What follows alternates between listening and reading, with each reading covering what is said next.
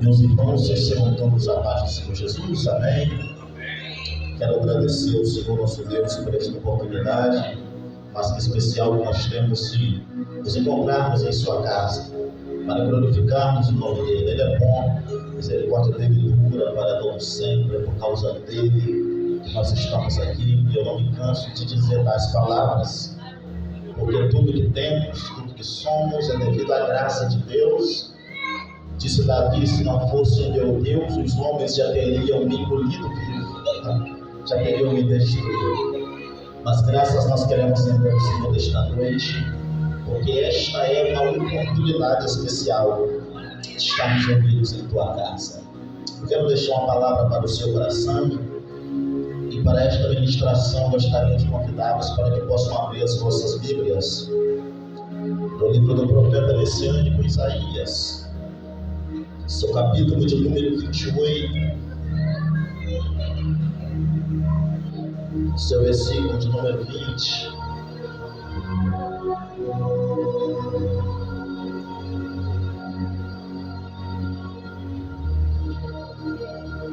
Isaías, capítulo 28, versículo de número 20, tão somente o versículo de número 20.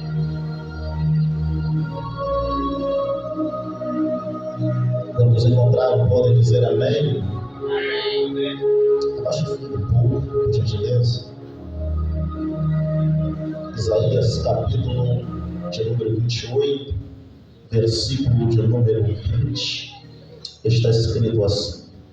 Obrigado. Porque a cama será tão curta que ninguém se poderá estender nela, e o cobertor tão estreito que ninguém se poderá cobrir com ele. Eu vou ler novamente para uma melhor fixação do texto. Porque a cama será tão curta que ninguém se poderá estender nela, e o cobertor tão estreito que ninguém se poderá cobrir com ele. Você pode dizer amém? Tome seu assento, por gentileza. Muito obrigado. Me empreste alguns minutos de sua atenção, por gentileza. Quando somos criança, nós acreditamos que uma boa coberta irá nos livrar de todo tipo de assombração, todo tipo de coisa que nos possa causar dano. É por isso que desde a infância, quando uma criança sente medo ao observar talvez a porta do guarda-roupa ou um bolo de cobertas, de roupas a lavar, unidas em cima de uma cadeira, vê ali algum tipo de vulto e acreditando ser algo que lhe possa fazer mal, cobre-se a cabeça, cobre-se os pés. Triste é quando esta criança tenta cobrir-se com esta coberta e a coberta é menor que o seu corpo. E ainda que ela se encolha para que caiba debaixo desta proteção, entre aspas, na mente dela, ela não consegue. A coberta ou o lençol é estreito. Se vira para a esquerda, a direita fica descoberta. Se vira para a direita, a esquerda fica descoberta. Então existe aí uma insatisfação por parte desta criança. Meus irmãos, o profeta Isaías irá usar uma metáfora para nos falar acerca da falibilidade dos nossos planos, dos nossos projetos. Porque a gente projeta, a gente busca, pensa, trabalha, deseja, almeja, certas coisas, determinados patamares, lugares, níveis, status social. Todavia, estas coisas se mostram pela Bíblia incapazes de satisfazer a necessidade da alma humana. Israel vivia assim. Vivia buscando a sua satisfação nas coisas, no possuir. Parecidos com a sanguessuga citada por Salomão em Provérbios. O lema da sanguessuga é: me dê, me dê e me dê. A sanguessuga é insaciável. Ela vai chupar sangue até a morte. Ela nunca estará satisfeita com absolutamente nada. A alma do homem é semelhante a ela. Nós somos parecidos com sanguessugas.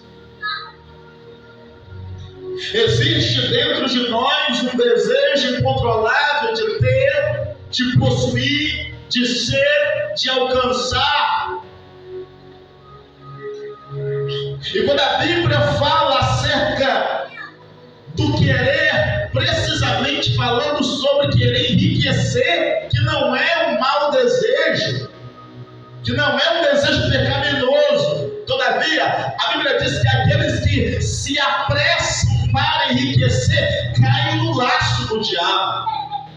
Esse enriquecer não pode ser interpretado aqui como sendo ter dinheiro, ter casas, mas qualquer coisa, ser rico de qualquer coisa que possa satisfazer a nossa vontade, o nosso querer, nosso desejo. Deus fala a Israel que o desejo deles, ainda que realizado, o desejo da mente, do querer, a satisfação do eu, nunca irá chegar. Sabe o que Deus estava dizendo para o povo de Israel? Vocês querem as coisas, vocês querem alcançar, vocês querem ter, vocês querem ser, vocês querem possuir. Todavia, quando estas coisas vêm à vossa mão, vocês estão novamente vazios. Porque existe em vocês uma necessidade de sempre querer algo a mais. E quem vive buscando algo a mais sempre vai cair na cilada do diabo. Sempre. Sempre. Às vezes estão num ministério bom, onde é respeitado, onde é respeitada, mas que há algo a mais. E cai no laço do diabo. Às vezes está dentro de um casamento, de um relacionamento, há discussões, sim, mas se não chega a uma agressão ou a uma traição qualquer, ainda dá para resolver a conversa, mas as pessoas sempre querem algo a mais, porque a grama do vizinho é sempre melhor.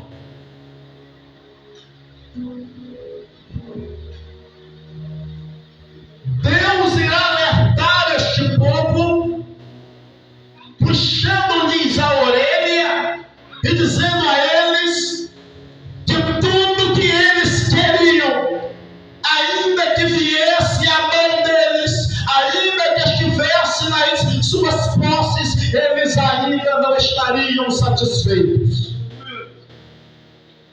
Eles ainda não estariam em paz. E veja bem, não falo de coisas pecaminosas também, não é de coisas pecaminosas apenas, porque tem quem pense que depois que conseguir o casamento dos sonhos, o vazio do peito será preenchido preenchido e acabou. E não funciona assim no mundo espiritual. Depois que eu conseguir a casa dos meus sonhos, aí sim eu serei feliz.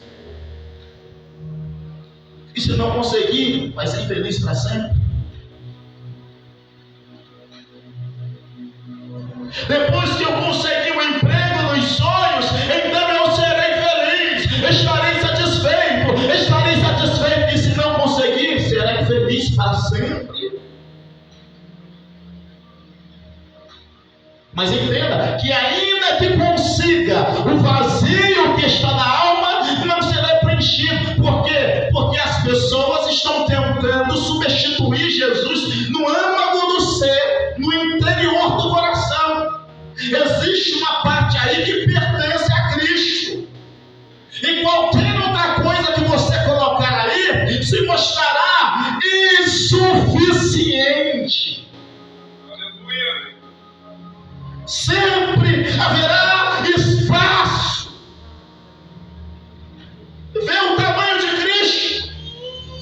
Veja o tamanho das coisas que você deseja colocar no lugar dele no seu coração. Das coisas não se assemelham a ele, não chegam nem perto da glória dele, do tamanho dele, do poder dele, da beleza dele, não chegam perto. Nós somos semelhantes a este povo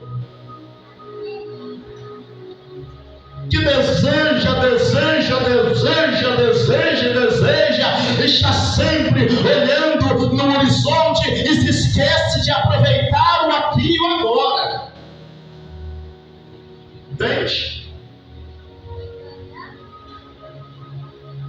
A gente está no culto de hoje, está pensando no amanhã ou no culto seguinte, ao invés de aproveitar o culto atual.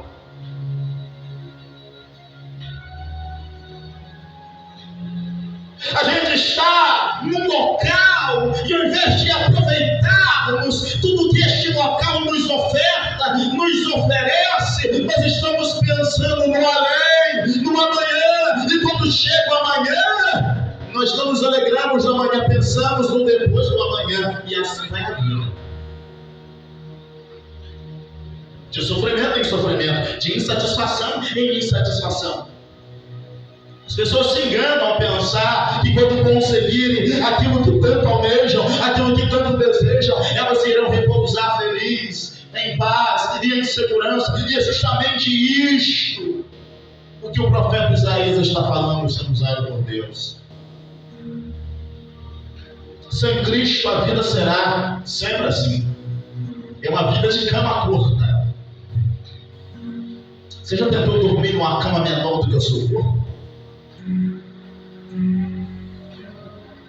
Se você tentou, certamente você não dormiu bem à noite.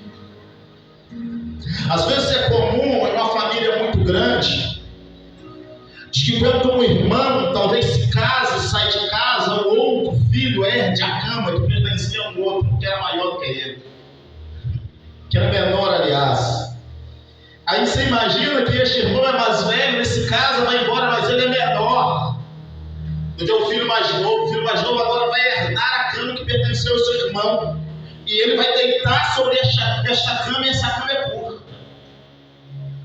E aí, ou ele dorme encolhido, ou ele tem que colocar os dois pés sobre o batente da cama, sobre aquele parapeito da cama ali. E no outro dia, o tornozelo dele, meu amigo,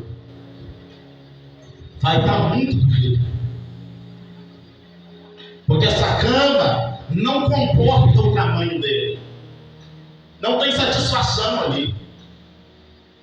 Ainda que ele esteja num local que aparentemente deveria ser o local do seu descanso, ele não dorme bem. Ele não tem paz, porque a cama é menor. E para piorar, uma outra situação nos é apresentada: um lençol estreito. Já tentou dormir com um lençol estreito? Já tentou se tapar no improviso com a toalha de banho seca? Porque os lençóis estavam todos molhados, tentou dormir com ela no tempo frio? Não dá. Se você vira para a direita, esquerda, no seu corpo fica descoberto. Se você vira para a esquerda, a direita fica descoberta. E aí é uma festa a noite inteira dos mosquitos zumbindo no teu ouvido e mordendo você, arrancando todo o seu sangue. Israel espiritualmente estava assim. E há muita gente hoje que também está desta exata forma, desta exata maneira, como presbítero, insatisfeito, não feliz com nada, está sempre pensando no amanhã, não no hoje. Mas a Bíblia diz: não estejam ansiosos por coisa alguma. Antes as vossas necessidades sejam comunicadas a Cristo. Você sabia que a ansiedade é um sintoma da incredulidade? Porque se eu estou ansioso, eu estou dizendo para Deus: eu não creio que o Senhor vai cuidar do meu amanhã. Por isso que eu estou pensando o que eu vou fazer amanhã. Por isso que eu estou apreensivo agora. Estar ansioso é estar em dúvida quanto ao poderio de Cristo. É o mesmo que dizer que Ele não tem poder para cuidar do meu amanhã, como cuidou do hoje, como cuidou do ontem, como me trouxe até esta estatura na caminhada. Até aqui.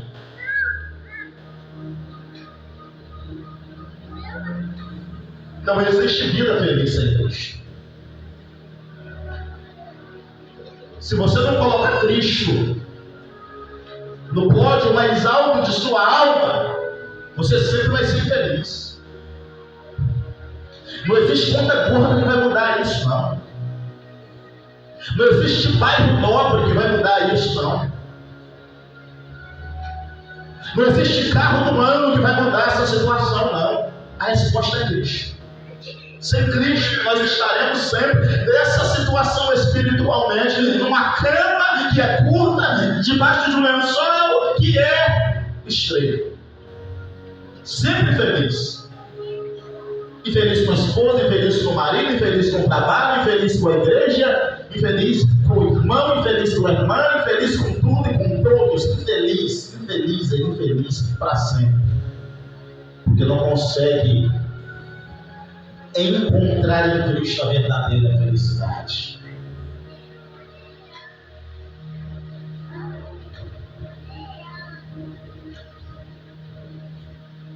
Por mais que as pessoas hoje, algumas delas tenham alcançado os seus sonhos, elas ainda estão infelizes.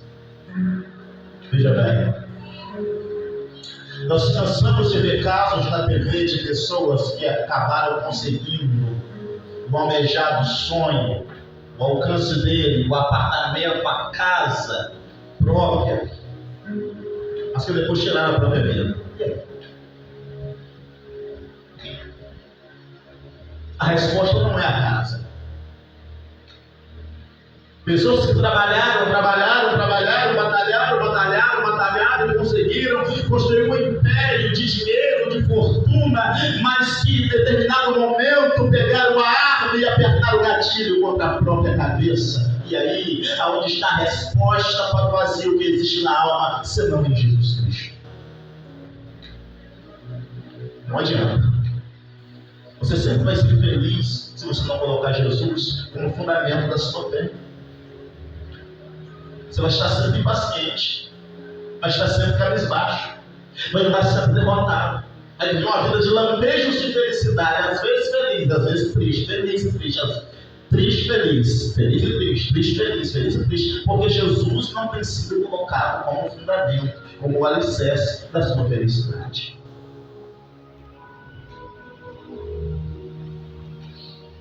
Alguns têm em mãos aquilo que desejou há muito tempo atrás, tem hoje em mãos, mas ainda assim estão infelizes. estão felizes. E aí, às vezes, eles ousam até chegar num culto como esse, querer exigir de Cristo alguma coisa. Porque amam citar aquele versículo bíblico que Cristo disse: se pedirdes alguma coisa em meu nome, o Pai vou concederá. Mas se esquece que Jesus vai dizendo nesse mesmo texto, uma outra palavra que Cristo diz: se estiverdes em mim e a minha palavra estiver em vós, pedireis o que quiseres e vos será concedido.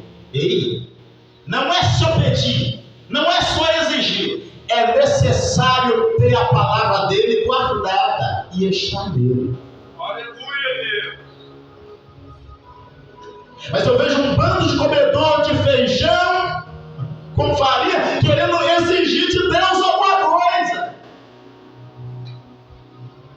quando Deus sabe que a verdadeira satisfação dessa pessoa está apontada para as coisas e não para Ele, para a família e não para Ele, para o que possui e não para Ele, para seus sonhos, seus projetos e não para Ele. Ele está em segundo, em terceiro, em quarto plano e nunca é colocado em primeiro plano na vida de tais pessoas. Não tem como ser feliz assim, colocando Cristo para segundo plano. Não tem como ser feliz se nós gastamos mais tempo com os nossos amigos na internet do que em oração. Não tem como ser feliz se nós gastamos mais o nosso tempo com vídeos na internet do que com leitura bíblica. Não tem como ser feliz assim. As coisas estão se tornando uma prioridade acima do que Cristo deveria ser, acima do que Cristo é no seu coração. Cristo nos chama hoje, meus irmãos, para que nós venhamos a colocá-lo como fundamento de nossa felicidade, de nossa vida, para que finalmente possamos ter alegria, ter felicidade completa, ter regozijo na alma.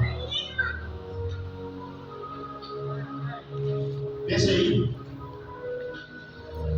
o que você deseja hoje, o que você quer ter em mãos hoje, qual o patamar que você deseja alcançar. Mas entenda que isso não é a resposta para o amargo da alma. É necessário colocar Cristo em primeiro lugar. Esta mensagem é só mensagem direta. Essa mensagem direta sem curva. E entenda, é questão de vida e morte.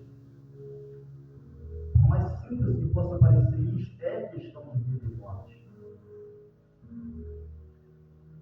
Porque tem gente que está a ponto de jogar tudo para o ar. O que conquistou, o que alcançou, o que possui, justamente porque não tem colocado Cristo como prioridade de Deus. Presbítero, Cristo é a minha prioridade. Isso eu vou assim para mim. Cristo é a minha prioridade. Você leu Bíblia hoje? Cristo é a minha prioridade. Qual foi a primeira coisa que você fez ao abrir seus olhos nesta manhã? Fala com Deus. Será que Cristo é a nossa prioridade mesmo? Será que Cristo é o Senhor de nossas almas mesmo? Será que Ele está em primeiro lugar no nosso coração mesmo? Porque eu me lembro de um Judas que pensava que seria feliz depois de conseguir algumas moedas. Quando conseguiu as moedas a troco da traição do seu melhor amigo, tirou a própria vida. E aí? O que ele queria, ele conseguiu. As moedas, mas Assim disse que estas moedas foram suficientes para preencher o vazio no seu coração. Eu lembro de Macã, que vivia no meio do povo de Deus, que ouvia a palavra de Deus, que tinha um profeta para lhe aconselhar, para falar, tinha família, tinha trabalho, tinha dinheiro, tinha casa, mas queria algo a mais. E uma capa babilônica, viu algumas moedas de ouro, de prata, pegou, e isso trouxe maldição para sua família. Perdeu a família, perdeu a casa, perdeu amigos, perdeu a vida. Porque Deus tinha dito: vocês não devem tocar em tais coisas. Ele foi lá e tocou, ele foi lá e fez o que Deus disse: não faça.